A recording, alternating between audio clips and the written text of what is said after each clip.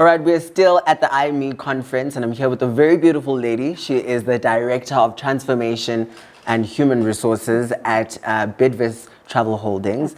And today you're here at the IME conference. How are you doing today? I'm doing great. I'm amazing. Thank you so much for taking the time to chat to us and on the podcast. Let's chat about BIDTravel Holdings and why you guys chose to partner up with IME conference. I think the scene was set when we partnered with an socio-economic development initiative, where it was shared with us that they needed help to restore the dignity of young ladies. And the BIDTravel Holdings group has majority 86% women working in our environment. That's amazing. And it was so profound that we could make a difference in restoring dignity to a rural environment where some of our future travel consultants, some of our future leaders will be coming into the world. And really that set the tone for us to do some initiative with Modern Centric Foundation. And yes, it was so comfortable that it was then pitched to me, how about going a little bigger, what we as corporate South Africa can do. And hence that our journey started. That's amazing. Now, inside you were speaking mainly on, economic growth and the importance of just how it is to have inclusive brands and businesses.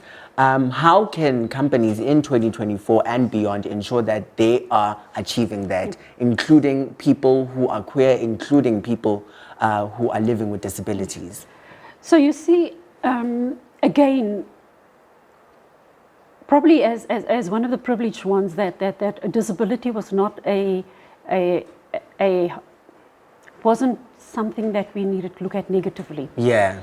Living in a community where there were queers, gays, etc., was not an issue. Yeah. So in the space that we is, corporates, I do believe they are doing a lot, but however not really sharing a lot about what they're doing. Yeah. It's very quiet. We've uncovered that in our BIDTravel world because, again, we see individuals for what they can contribute to the growth of our company, what their abilities are, how innovation unravels if you just in a normalized environment. There's no looking at people differently, no thinking with a bias, a context to, oh, this is a disabled person can't contribute. Oh, this person can't hear, they can't contribute. However, it is probably proven in the environment of where there are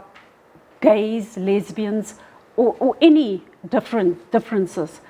The innovation that comes out of there, if you just allow people to be normal, has contributed tremendously to our growth of our business. And it's also the one thing that I've noticed, a lot of the things that we think persons living with disabilities can't do, it's things that people who are able have made or deemed them fit to not do. That's right. And you said something so important in the conference about how a business will put out a job post, but they won't particularly put out that they're looking for someone who is disabled. Why is that important? Reason being because the minute you start putting a negative, and I see it as a negative connotation but also in the people applying for the positions, saying, oh, well, I can just go and they're looking for disabled people, I can go, I'll get the job. Yeah. But again, that is, we be so intent and deliberate that we want to see what can you bring to the business, what abilities, what competencies, skills. The biggest attribute is probably attitude to our business. What can you bring to our business that will make it successful? It will make it successful for your family members going forward. And hence we comply with the parameters of employment equity, comply with the parameters of labor legislation, etc.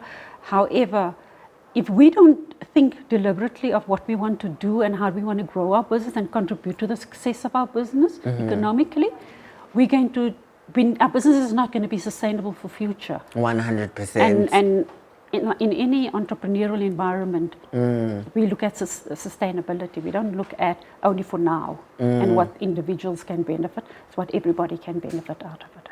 And inclusivity is incredibly important because different people working together all bring different things. And like you said in there, I keep saying, and I will keep mentioning what you said in there about how whoever it is that is working in a business, they contribute immensely to the success and the growth of that business. Right. Now, as we wrap it up, I'm going to ask you a question. Repeat after me and finish the sentence for me. I am me because...